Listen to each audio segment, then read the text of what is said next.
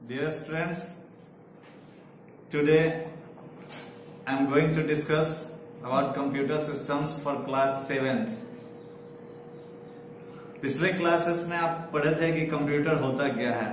Computer के basic parts के बारे में भी आप पढ़े होंगे। For example CPU, keyboard, monitor, mouse, इन सब चीजों के बारे में आप पढ़े होंगे।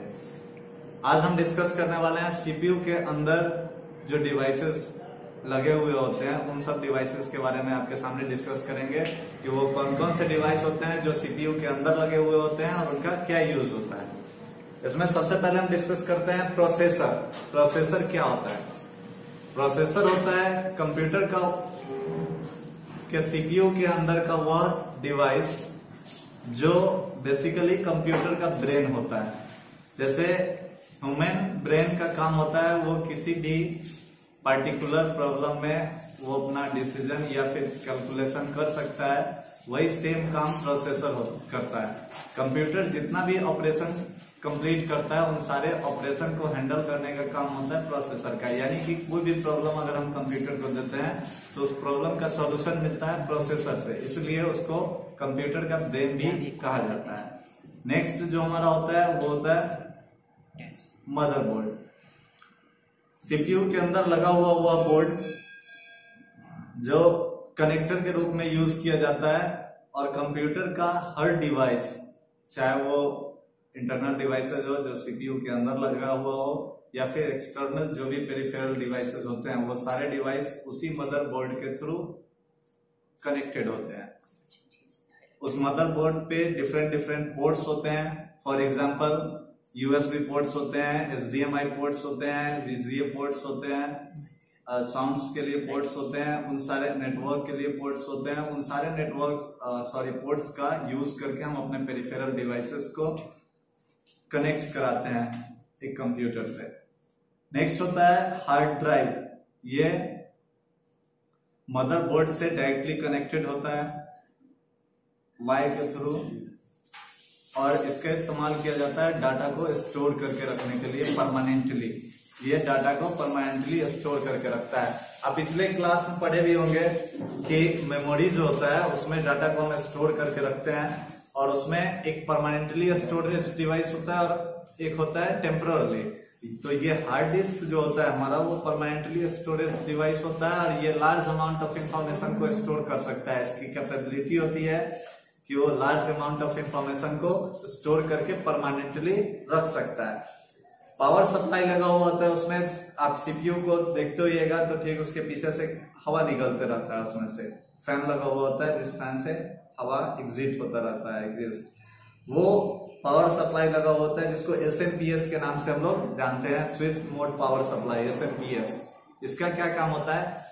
एक कंटिन्यूअस इलेक्ट्रिसिटी प्रोवाइड कराता है सीपीयू को और उसका मेन बेसिक फंक्शन ये होता है कि उसका वोल्टेज फ्लक्चुएट नहीं होने देता है और जितना उसका रिक्वायर्ड इलेक्ट्रिसिटी है उसको चलने के लिए उतना वो उसको कंटिन्यूअस प्रोवाइड कराते रहता है। उसके बाद हम आपको डिस्कस करते हैं कि मोडम क्या होता है।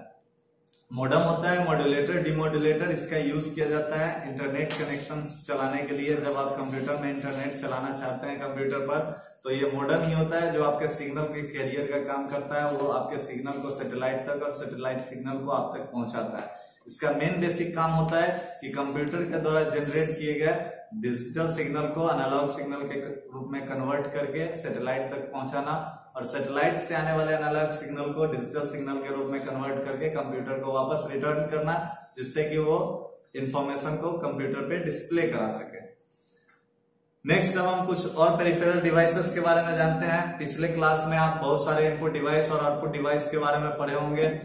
उसमें कुछ नए इनपुट डिवाइस जो आपको पिछले क्लास में नहीं पढ़ाया गया है उसके बारे में यहाँ पे दिया हुआ है। फॉर एग्जाम्पल माउस, कीबोर्ड, ये सब तो आप पढ़ चुके हैं पहले। जॉयस्टिक। अब यहाँ पे दिया है ड्राइंग टैबलेट। ये डिवाइस कैसा होता है और इसका क्या यूज होता है? तो जनरली आप जो टैबलेट वगैरह देखते हैं, मोबाइल फोन देखते हैं, उसी टाइप का इसका भी स्क्रीन होता है। लेकिन इसमें क्या होता है कि केवल ड्राइंग यूज बना सकते हैं, इसमें हम ड्राइंग करने के लिए इसका यूज करते हैं फॉर एग्जांपल। और इस पे काम किया जाता है लाइट पेन के जरिए। आप पढ़े होंगे पिछले क्लास में एक इनपुट डिवाइस लाइट पेन। तो लाइट पेन का यूज कहाँ पे किया जाता है? उसका यूज किया जाता है ड्राइंग टैबलेट पे।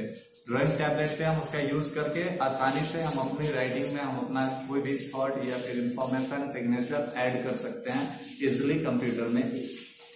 उसके बाद होता है टच स्क्रीन। ये सेंसर के थ्रू काम करता है। इसका मोबाइल फोन में जो आपका टच स्क्रीन होता है, लैपटॉप्स में टच स्क्रीन होता है, मॉनिटर्स में टच स्क्रीन होता है, वो सारा कैसे काम करता है? स्क्रीन सेंसर्स लगे हुए होते हैं और उसके जरिए वो इंस्ट्रक्शंस को इनपुट लेता है।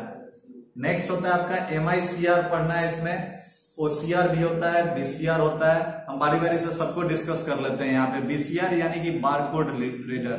कोई भी आप प्रोडक्ट देखते होंगे तो उस प्रोडक्ट पे देखते होंगे कि ऐसा ये लाइन लाइन खींचा हुआ बारकोड दिया हुआ रहता है। इस कोड को रीड करने के लिए जिस डिवाइस का यूज किया जाता है उसको बारकोड रीडर कहा जाता है। आप कोई भी प्रोडक्ट देखेंगे उन सारे प्रोडक्ट्स पे आपको ऐसा बारकोड दिया हुआ दिख जाएगा। उसके बाद OMR होता है जो मार्क रीड करता है लेंस के जरिए। OCR होता है जो कैरेक्टर्स को रीड करता है लेंस के जरिए। और होता है MICR। MICR का फुल फॉर्म होता है मैग्नेटिक इंक कैरेक्टर रीडर। इसका काम होता है कि कोई भी आप चेक बुक देखते होंगे या ड्राफ्ट देखते होंगे तो उसके नीचे चेक पे चेक नंबर या ड्राफ्ट नंबर लिखा हुआ रहता है जो मैग्नेटिक इंक से लिखा हुआ रहता है। और उसको पढ़ने के लिए MICR का यूज किया जाता है, मैग्नेटिक इंक कैरेक्टर रीडर का। और बेसिकली इसका इस्तेमाल बैंक्स में किया जाता है। आउटपुट डिवाइस आप पढ़े होंगे पिछले क्लासेस में कि प्रिंटर क्या होता है। यहाँ पे आपको पढ़ना है कि प्रिंटर कितने तरह का होता है। ठीक है, तो प्रिंटर आपने पढ़ा होगा कि वो एक आउटपुट डिवाइस होता है जिसका इस्तेमाल किया जाता है प्रिंट करने के लिए, यानी कि हमारे कंप्यूटर में स्टोर्ड जो सॉफ्ट कॉपी है उसको हार्ड कॉपी में कन्वर्ट करने के लिए, पेपर पे प्रिंट करने के लिए। अब ये 3 टाइप्स होते हैं इसके, dot matrix printer, inkjet printer, laser printer. आप आगे क्लास में जाएंगे तो और इसको अच्छे से पढ़ना होता है कि एक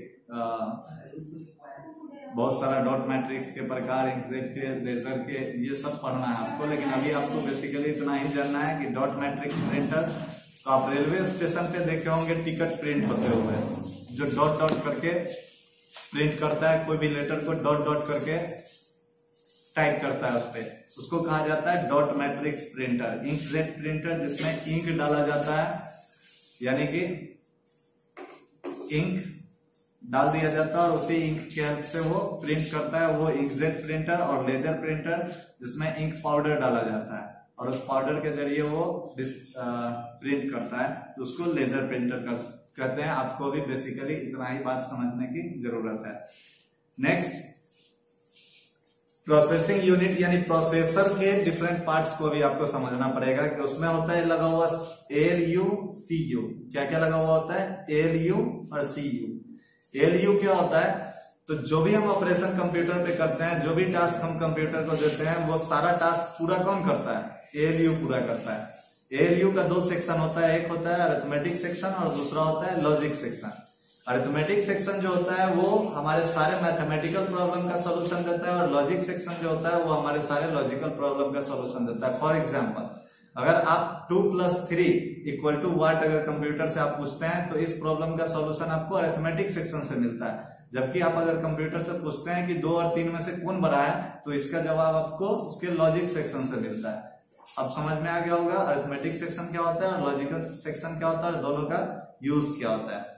नेक्स्ट अब हम डिस्कस करते हैं MU के बारे में कि मेमोरी यूनिट क्या होता है। तो कंप्यूटर का वह डिवाइस जिसका इस्तेमाल हम अपने इंफॉर्मेशन को स्टोर करने के लिए करते हैं, चाहे वो हम टेम्पोरली स्टोर करना चाहते हैं या परमानेंटली स्टोर करना चाहते हैं, उसे कहते हैं हम मेमोरी यूनिट।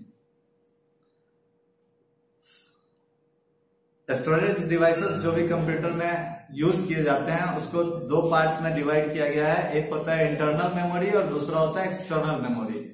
तो वह स्टोरेज डिवाइस यानी कि वह मेमोरी जो डायरेक्टली कंप्यूटर के मदरबोर्ड पे कैरेक्टराइज किया गया है, उसे कहते हैं हम इंटरनल मेमोरी, और वह मेमोरी जिसको हम वायर के थ्रू मदरबोर्ड से कनेक्ट कराते हैं उसे कहते हैं external memory. For example RAM, ROM, ये सब मदरबोर्ड पे डायरेक्टली कनेक्टेड होते हैं, तो इसे कहा जाता है इंटरनल मेमोरी।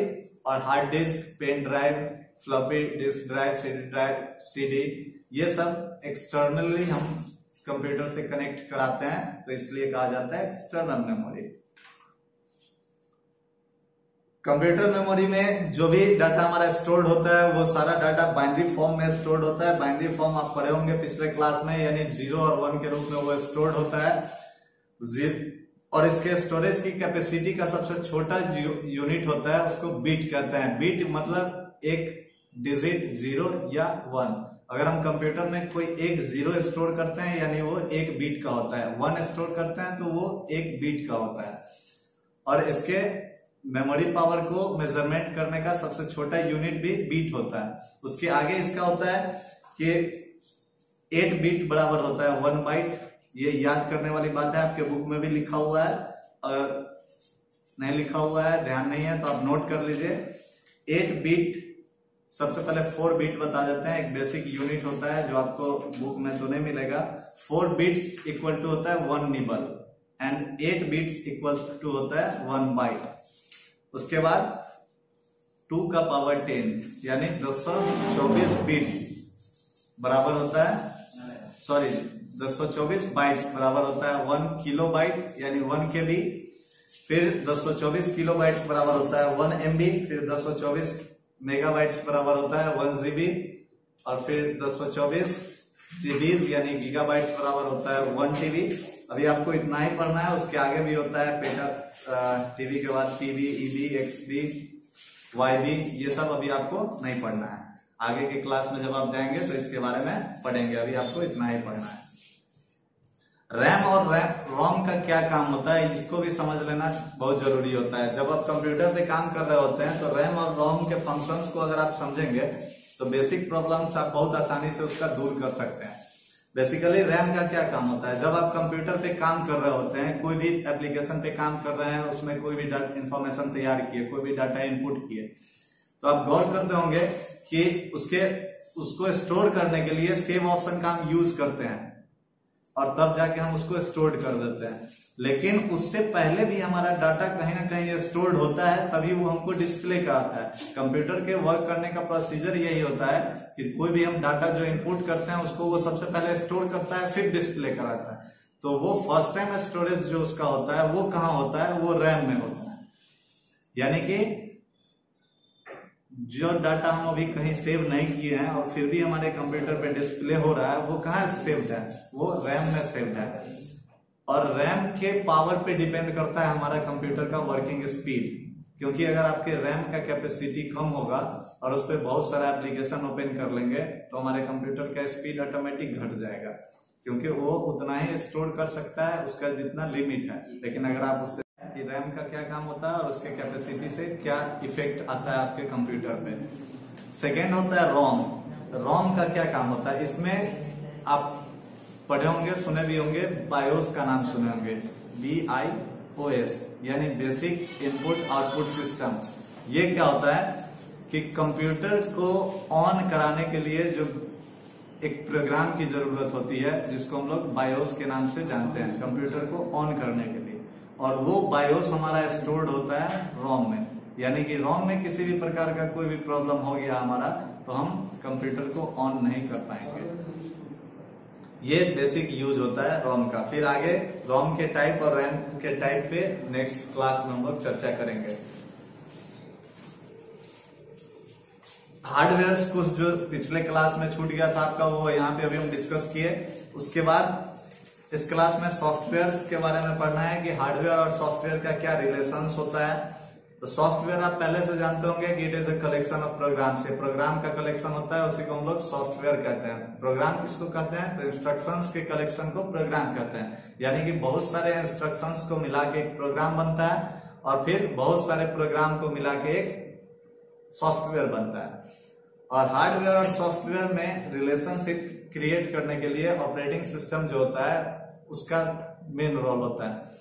ऑपरेटिंग सिस्टम आप पिछले भी क्लास में पढ़े होंगे कि उसका क्या काम होता है। उसका बेसिकली इतना ही काम करता है वो कि यूजर और हार्डवेयर डिवाइस के बीच में एक इंटरफेस क्रिएट कर देता है और उसी इंटरफेस के जरिए हमारा कंप्यूटर काम करता है।